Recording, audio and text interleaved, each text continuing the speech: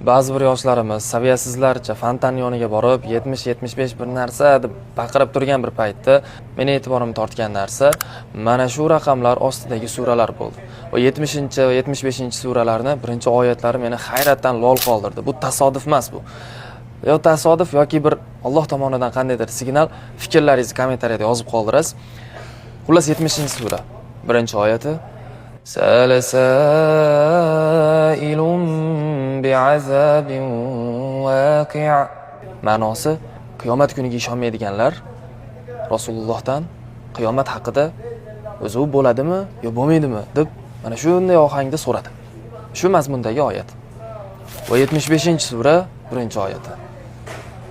La uqsimu biyawmil qiyamah. Qiyomat kuni bilan qasam ichaman. Mana bu ikkala raqam ostidagi oyatlar qiyomat oyatlari. Va buning ma'nosi jamiyatda bunday saviyasiz insonlarni, saviyasiz kontentlarni ko'payishligi Alloh a'lam qiyomat yaqinligidan dalolat bo'lsa kerak. Bu videoni yaqinlaringizga yuborib, fikrlaringizni kommentariyada yozib qoldirasiz. Assalomu alaykum.